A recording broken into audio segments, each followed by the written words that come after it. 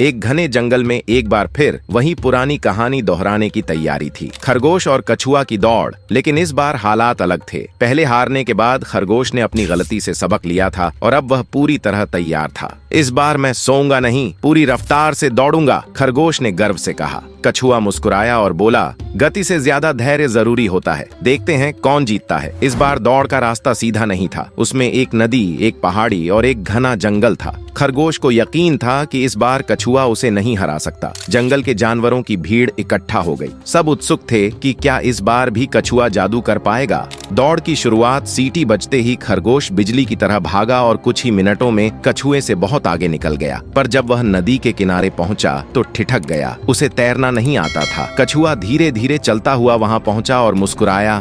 तैरना तो मुझे आता है, उसने कहा और आराम से पानी में उतर गया। खरगोश किसी तरह नदी पार करके कछुए को फिर से पीछे छोड़ने के लिए दौड़ा, लेकिन अब पहाड़ी आ गई। तेज दौड़ने के कारण वह थक चुका था, जबकि कछुआ धीरे धीरे लेकिन बिना रुके चढ़ता रहा। जंगल में सबकी सांसें थम गईं। आखिरकार कछुआ पहाड़ी से उतरकर धीरे धीरे रेखा पार कर गया। इस बार हारकर भी खरगोश ने गुस्सा नहीं किया। उसने कछुए से हाथ मिलाया और कहा, मैंने सीखा कि सिर्फ रफ्तार ही नहीं बल्कि समझदारी और धैर्य भी जरूरी है। कछुआ मुस्कुराया, और मैं भी अब समझ गया कि मेहनत और एकाग्रता से कोई भी जीत सकता है। जंगल के जानवरों ने तालियां बजाईं। यह सिर्फ एक दौड़ नहीं थी, बल्कि जीवन का एक नया सबक था। सीख तेज भागने से नहीं, बल्कि समझदारी, धैर्य और निरंतर मेहनत से ही असली जीत मिलती है।